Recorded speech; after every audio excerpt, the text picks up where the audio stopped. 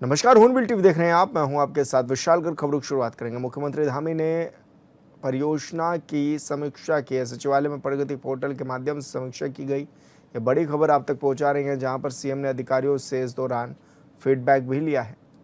तो ये बड़ी खबर आप तक पहुंचा रहे हैं, जहां पर मुख्यमंत्री पुष्कर सिंह धामी ने सचिवालय में प्रगति पोर्टल की समीक्षा की है और इस दौरान तमाम अधिकारी भी मौजूद रहे। मुख्यमंत्री पुष्कर सिंह धामी ने अधिकारियों से फीडबैक भी इस दौरान लिया है और राज्य के वरिष्ठ अधिकारी इस बैठक में मौजूद इस दौरान रहे हैं। तो परियोजनाओं की समीक्षा मुख्यमंत्री पुष्कर सिंह धामी ने ली है। सचिवालय में प्रगति पोर्टल के माध्यम से ये समीक्षा की गई और सीएम ने अधिकारियों से इस दौरान फीडबैक भी लिया है।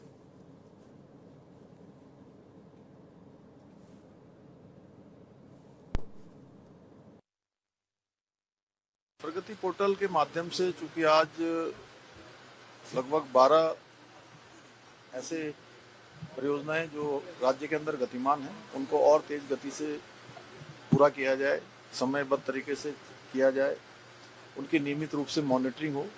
मैं स्वयं भी अब प्रत्येक माह इसकी समीक्षा करूंगा। ऐसे हमारे कुछ जनपद चमोली के प्रोजेक्ट हैं, रुद्रप्रयाग के हैं, पिथौरागढ़ के हैं और सीमांत क्षेत्रों के प्रोजेक्ट हैं जो हमारे कुछ अन्य एजेंसियां भी काम करती हैं, उनके साथ समन्वय करके कुछ इंटरनल आपस के जो डिपार्टमेंटों के समन्वय हैं वह भी ठीक प्रकार से हों, उस सभी पर चर्चा हुई है और कुछ समय सीमा तय की गई है कि एक समय सीमा के अंदर कर, क्योंकि उनकी लागत भी बढ़ जाती है ज़्यादा समय होने से और संसाधन भी अधिक लगते हैं, तो उन सभी के लिए आज एक डेडलाइन।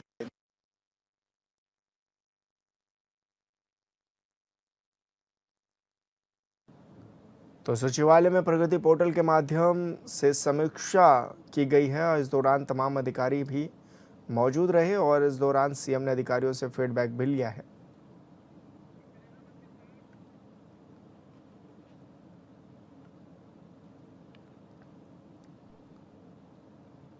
उत्तराखंड में जारी विश्व प्रसिद्ध चारधाम यात्रा में अब तक 32 लाख से ज़्यादा तीर्थयात्री शामिल हुए हैं। राज्य के मुखिया का कहना है कि चारों धामों में रिकॉर्ड संख्या में यात्री पहुंच रहे हैं, जिनके लिए सरकार ने बेहतर व्यवस्थाएं की हैं। मुख्यमंत्री ने अन्य धार्मिक स्थलों का भी जिक्र करते हुए कहा है कि साल दर साल तीर्थयात्रियों की संख्या में लगातार बढ़ोतरी हो रही है। यात्रियों की सुरक्षा सरकार की पहली प्राथमिकता में है। अच्छा, 32 लाख चारधाम यात्री आ गए हैं। आदि कैलाश यात्रा भी हमारी 40 लाख के लगभग पहुंच रही है। जागेश्वर धाम में बड़ी संख्या में आए। पूर्णागिरी में 25 लाख लोगों ने इस वर्ष दर्शन किए हैं और कैंची धाम में भी पर डे 25-30 हज़ार लोगों का आना है। तो आस्था और श्रद्धा का बड़ा एक संगम यहाँ पर हमारे राज्य के अंदर दिखाई दे रहा है और आने वाले समय में हमारा कांवड़ यात्रा भी शुरू होने वाली है, उसकी भी हम तैयारी कर रहे हैं। कुंभ यात्रा भी, कुंभ मेला भी हमारा होने वाला है, कुंभ का आयोजन भी होने वाला है, वो भी भव्य और दिव्य हो, उन सभी के लिए हम तैयारी कर रहे हैं। और इतने यात्री आने से बड़ी संख्या में जहाँ यात्री आए हैं, पर्यटक आए हैं, श्रद्धालु आए हैं, वहीं जो लोग इस यात्रा को संचालित करते हैं, व्यापारी, होटल चलाने वाले संचालक, होम स्टे संचालक, टैक्सी वाले लोग, ढाबों वाले लोग, अनेक प्रकार के टूरिस्ट गाइड, सभी को, घोड़े खच्चर वाले, डंडी कंडी वाले, सारे ही लोगों को इस बार अच्छा काम करने का अवसर भी मिला है। उनका व्यापार भी अच्छा हुआ है। हमारे आगे आने वाली जो यात्रा दूसरी चरण की शुरू होने वाली है, भगवानों के आशीर्वाद से, चारों धामों के आशीर्वाद से, वो भी अच्छी होगी। सभी लोग इस यात्रा से निश्चित रूप से जो हमारा एक आर्थिकी का भी बड़ा आधार है, उस आर्थिकी को भी मजबूत। भारत की अध्यक्षता में ओडिशा के पुरी में 3 से 5 जून 2026 तक आयोजित ब्रिक्स आपदा जोखिम न्यूनीकरण कार्य समूह की द्वितीय तकनीकी बैठक में उत्तराखंड के आपदा प्रबंधन मॉडल की सराहना की गई है। मुख्यमंत्री पुष्कर सिंह धामी ने इस उपलब्धि पर प्रसन्नता व्यक्त करते हुए कहा है कि राज्य सरकार आपदा प्रबंधन को प्राथमिकता देते हुए जोखिम न्यूनीकरण, पूर्व तैयारी, क्षमता निर्माण और बहु एजेंसी समन्वय को लगातार मजबूत कर रही है। उन्होंने कहा कि पीएम मोदी के नेतृत्व में उत्तराखंड एक मजबूत आपदा प्रबंधन मॉडल के रूप में उभर कर सामने आया है। एक सम्मेलन में जो चर्चा हुई है और उसमें उत्तराखंड का नाम और यहाँ के मॉडल को प्रमुखता से स्थान मिला है, प्रमुखता से उसकी सराहना हुई है। मैं इसके लिए आदरणीय प्रधानमंत्री जी का धन्यवाद करता हूँ सबसे पहले, क्योंकि उनके मार्गदर्शन में हमने सिलक्यारा टनल का रेस्क्यू अभियान संपन्न किया था।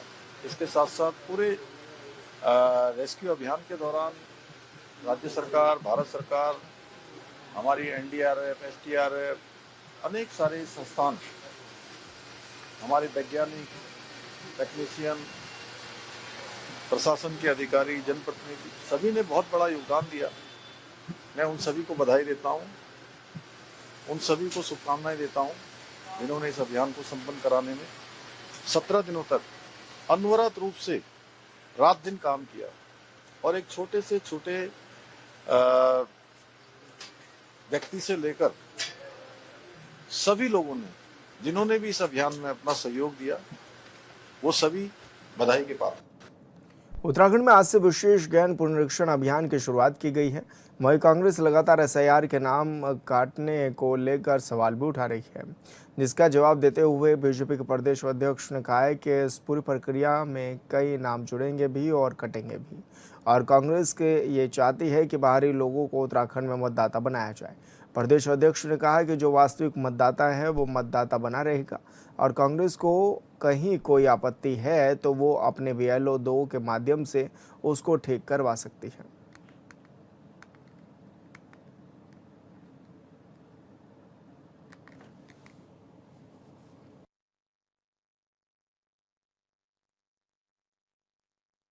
देखिए, कांग्रेस भी राजनीतिक दल है।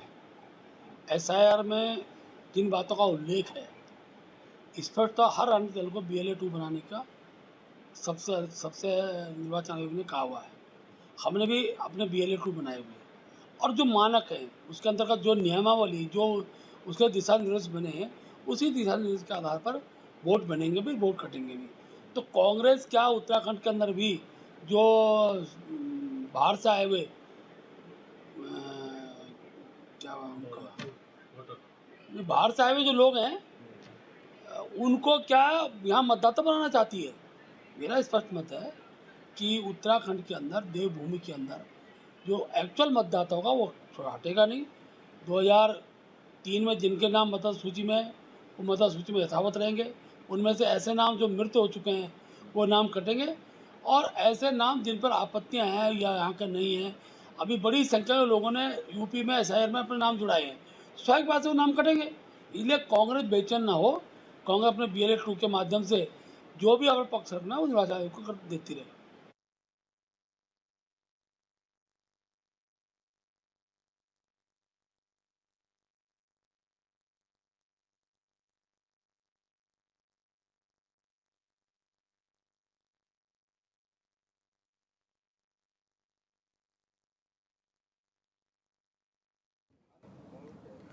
कांग्रेस नेता राहुल गांधी की ओर से अग्निवीर योजना को समाप्त करने और युवाओं के भविष्य को बेहतर बनाने के दावे पर बीजेपी प्रदेश अध्यक्ष महेंद्र भट्ट ने पलटवार किया। उन्होंने कहा कि कांग्रेस का सत्ता में आने का सपना कभी पूरा नहीं होने वाला है। महेंद्र भट्ट ने कहा कि अग्निवीर योजना देश की सुरक्षा और युवाओं के भविष्य दोनों के लिए अहम है। 4 साल की सेवा के बाद 25% अग्निवीर सेना में नियमित रूप से बने रहेंगे, जबकि शेष युवाओं के लिए केंद्र और राज्य सरकारें रोजगार के बेहतर अवसर उपलब्ध कराने की दिशा में काम कर रही है।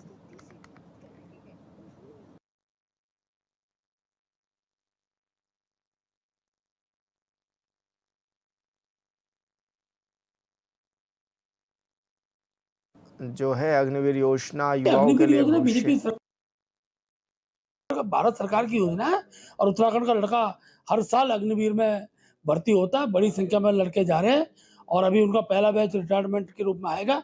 उनमें जो बच्चे उत्तराखंड के होंगे उनको कहीं ना कहीं केंद्र की सरकारों में, राज्य सरकारों में उनको स्थान मिलेगा, ये मैं विश्वासपूर्वक कह सकता हूँ। अग्निवीर इस देश के लिए एक प्रकार से मैं कह सकता हूँ कि 4 वर्ष के बाद भी भाई 25% तो लगातार वहीं रहने वाले हैं।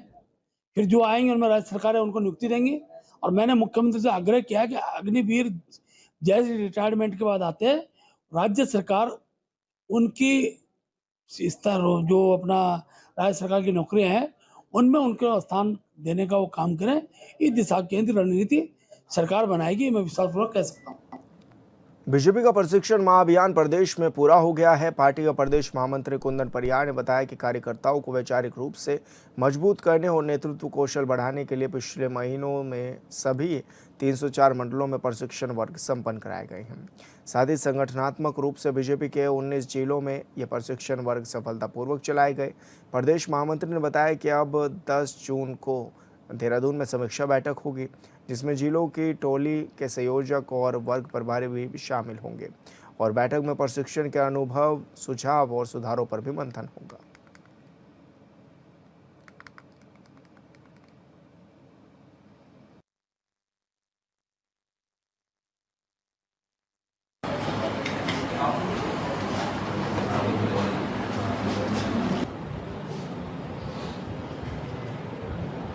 तो आज सुबह से आप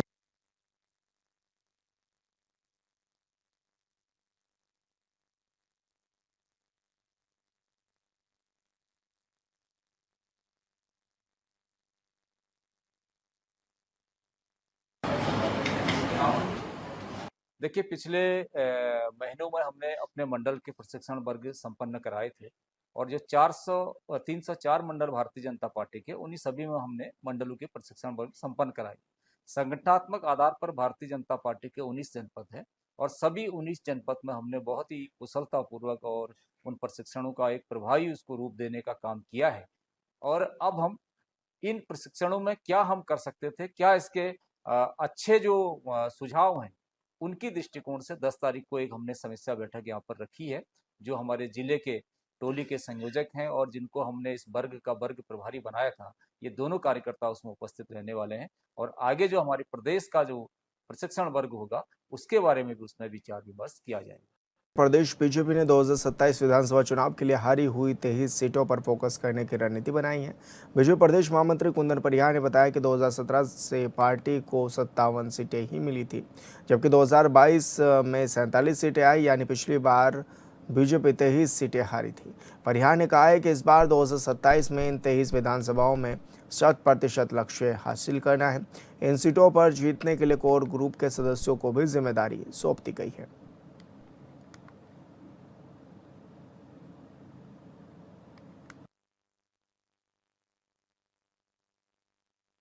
कि भारतीय जनता पार्टी 2017 और 22 में इन दो चुनाव की तुलनात्मक अध्ययन करते हुए, जहां 17 में हमको 57 सीटें प्राप्त हुई थी, वहीं पर 22 में हमको 47 सीटें प्राप्त हुई, यानी कि 22 का जो चुनाव हुआ उसमें हमने 23 सीटें लूज की थी।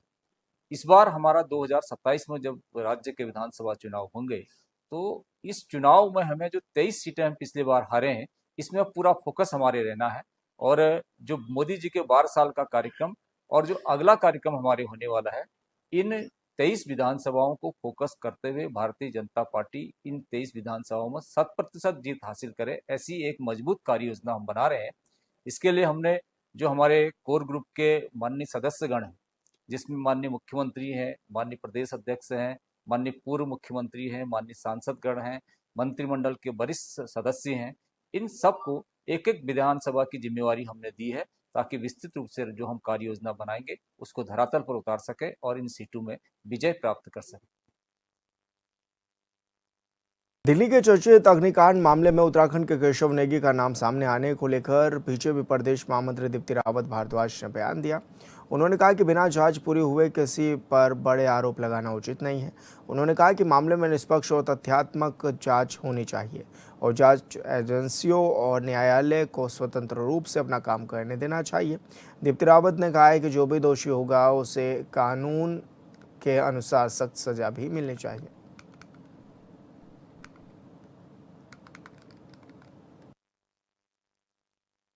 मुझे लगता है जो काम जिसका है उनको करने देना चाहिए। जांच निष्पक्ष होनी चाहिए। कोई भी जो दोषी नहीं है, जिसका कोई गलती नहीं है, उसको कोई भी सज़ा होनी नहीं चाहिए। और मुझे लगता है कि जिनका काम है, पुलिस का काम है, कोर्ट का काम है, जो इंक्वायरी कर रहे हैं उनका काम है, तो उन लोगों को करने देना चाहिए। इसमें हम लोगों को अपनी तरफ से अपना जो है वो नहीं बनाना चाहिए कि हम कोई कहें कि कोई चीज़ सही है, कोई गलत है। वो हम यहाँ बैठ के तय नहीं कर सकते हैं। जो लोग वहाँ घटनास्थल पे हैं और पूरी जांच पड़ताल कर रहे हैं, उनको भली भांति मालूम है कि क्या होना चाहिए। लेकिन किसी भी जो दोषी है उसको मिलना चाहिए, लेकिन जो दोषी नहीं है उसको सज़ा नहीं मिलनी चाहिए। किसी और की सज़ा किसी को बिल्कुल नहीं मिलनी चाहिए। आगामी विधानसभा चुनाव के मद्देनजर भारतीय जनता पार्टी ने प्रदेश के हर सांसद, मंत्री और विधायक के लिए एक एक विधानसभा क्षेत्र में 24 घंटे के प्रवास का कार्यक्रम तय किया है। दिल्ली में हुई बैठक में इस पर मोहर भी लगाई गई है। इस दौरान यह भी तय किया गया कि कोर कमेटी के सभी 17 सदस्यों को 23 हारी हुई विधानसभा सीटों की जिम्मेदारी सौंपी जाएगी। कैबिनेट मंत्री भरत चौधरी जी हमारे साथ मौजूद हैं। सर, जिस तरह से बीजेपी अब सर्वे भी कर रही है और ऐसे में ये भी देखा जा रहा है कि सभी विधायकों को, सांसदों को जिम्मेदारी भी दी गई है अलग-अलग क्षेत्रों की। किस तरह की जिम्मेदारी भी सौंपी गई है और क्योंकि प्रवास का कार्यक्रम भी रहेगा सर? देखिए, चुनावी वर्ष है और जैसा कि आप जानते हैं कि भारतीय जनता पार्टी एक परफेक्शनिस्ट की तरह काम करती है। कोई भी ऐसी चूक पार्टी के स्तर पे नहीं होगी जिसका कि बाद में कोई नुकसान उठाना पड़े। तो इसलिए बहुत नीचे के स्तर तक जाने के कार्यक्रम बने हैं, चाहे वो विधायक हों, चाहे सांसद हों, सबको ज़िम्मेदारियाँ दी गई हैं। वो अपने-अपने जो क्षेत्र उनको आवंटित हैं, उनमें जाएँगे, उनमें प्रवास करेंगे, लोगों से मिलेंगे और सरकार की योजनाओं को जो है वो ज़मीनी स्तर तक लेकर के जाएँगे। तो और जनता के मूड को भी भांपेंगे। अगर किसी तरह की कोई दिक्कत कहीं पे है तो उसको दूर करने का प्रयास किया जाएगा। क्या सर आपके भी प्रवास कार्यक्रम तय हो गए हैं? कहाँ-कहाँ जाना है? किस तरह से प्रवास कार्यक्रम आप भी रहेंगे? हाँ, बिल्कुल 12 तारीख को मुझे चमोली जनपद में रहना है बतौर प्रभारी मंत्री। वहाँ पे प्रेस करनी है जो 12 साल अ का कार्यकाल पूरा हुआ, सबसे लंबे निर्वाचित प्रधानमंत्री के रूप में माननीय मोदी जी का। उसके बाद मुझे चमोली जनपद के लगभग सभी विधानसभाओं के किसी न किसी गांव में जाकर के प्रवास करना है। तो निश्चित रूप से जो पार्टी का आदेश होगा उसको सब लोग उस पर अमल करेंगे, सब उसको पूरा करेंगे। मंत्री जी, क्योंकि लंबे समय तक प्रधानमंत्री जी सबसे लंबा वक्त उन्होंने गुजारा प्रधानमंत्री के तौर पर रहते हुए। किस तरह की उनकी योजनाएँ हैं जो आप भी जनता तक पहुँचा रहे हैं और बता रहे हैं कि इन सालों में किस तरह के काम करे बीजेपी सरकार ने, खासकर प्रधानमंत्री नरेंद्र मोदी ने? देखिए, मैं एक दिन यूट्यूब पे देख रहा था, एक बच्चे ने ए से लेकर जेड तक जितने अल्फ़ाबेट हैं सब पर 2-2 4-4 योजनाएँ जो हैं नरेंद्र मोदी जी की गिनाई हैं। उनको गिनाना तो बहुत मुश्किल है, उसके लिए बहुत लंबी फ़हरिस्त है। लेकिन फिर भी जो सबसे महत्वपूर्ण है, गरीब अन्न कल्याण योजना है, आपके किसान सम्मान निधि है, आपकी वृद्धावस्था, विकलांग पेंशन है और भी बहुत सारी योजनाएँ हैं जैसे लखपति दीदी योजना जो है वो केंद्र की मदद से संचालित हो रही है। प्रधानमंत्री ग्राम सड़क योजना में लगातार सड़कों के जाल बिछ रहे हैं। ऑल वेदर रोड लगभग बन करके तैयार है। ऋषिकेश कर्णप्रयाग रेलवे लाइन पर बहुत तेजी से काम चल रहा है, बहुत जल्दी उसके पूरे होने की संभावना है। केदारनाथ में रोपवे का निर्माण हो रहा है, हेमकुंड साहिब में रोपवे का निर्माण हो रहा है। तो बहुत सारी योजनाएं हैं जिनको लेकर के हम जनता के बीच में जाएंगे और जनता का आशीर्वाद प्राप्त करेंगे। सर, अंतिम सवाल ये है कि राष्ट्रीय अध्यक्ष भी हाल-फिलहाल में आए थे आपकी पार्टी के और ऐसे में क्या कुछ गुरु मंत्र भी देकर के गए हैं और 2027 के लिए क्या कुछ रणनीति बना ली है आप लोगों ने सर? देखिए, चुनावी वर्ष है, राष्ट्रीय अध्यक्ष आए हैं, तो निश्चित रूप से जीत के गुरु मंत्र उन्होंने दिए हैं और उन गुरु मंत्रों पर अक्षरशः अमल करते हुए भारतीय जनता पार्टी एक निश्चित विजय की ओर बढ़ रही है और जीत का सबसे बड़ा गुरु मंत्र यही है कि भारत सरकार और उत्तराखंड सरकार की जितनी योजनाएं हैं जो जनता के हित की योजनाएं हैं उनको जनता तक ले जाया जाए और समाज के आखिरी पायदान पे जो व्यक्ति खड़ा है उसका भी ध्यान रखते हुए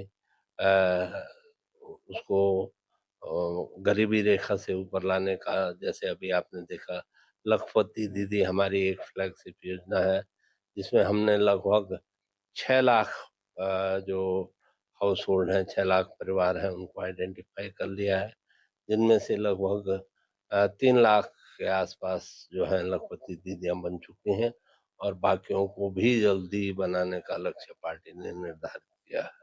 जी, धन्यवाद सर हमसे बातचीत करने के लिए। तो भरत सिंह चौधरी जी हमारे साथ हैं, जो कि राज्य के तमाम विषयों पर हमारे साथ बातचीत कर रहे थे। हॉर्नबिल टीवी के लिए देहरादून से विशाल गर्ग। भारतीय जनता पार्टी ने पीएम मोदी के प्रधानमंत्री के रूप में 12 साल पूरे होने पर किए जाने वाले कार्यक्रमों की रूपरेखा तैयार कर ली है। इसके तहत होने वाले कार्यक्रमों के संबंध में प्रदेश महामंत्री दीप्ति रावत ने बताया कि प्रधानमंत्री के 12 साल पूरे हो रहे हैं। ये पहली ऐसी सरकार है जो हर वर्ष अपना रिपोर्ट कार्ड जनता के बीच लेकर जाती है। इस बार भी हमारे कार्यकर्ता नेता प्रत्येक विधानसभा में जाकर जैविक खेती को बढ़ावा देने के लिए कार्यशाला करेंगे और प्रबुद्ध जनों के साथ संवाद भी करेंगे। साथियों नमस्कार। आज से एसआईआर की प्रक्रिया प्रारंभ है और एसआईआर की प्रक्रिया को प्रारंभ करने हेतु चुनाव आयोग के ये हमारे मेरा पोस्ट। और फिलहाल इस बुलेटिन में मेरे साथ इतना ही। आप देखते रहिए हॉर्नबिल टीवी। नमस्कार।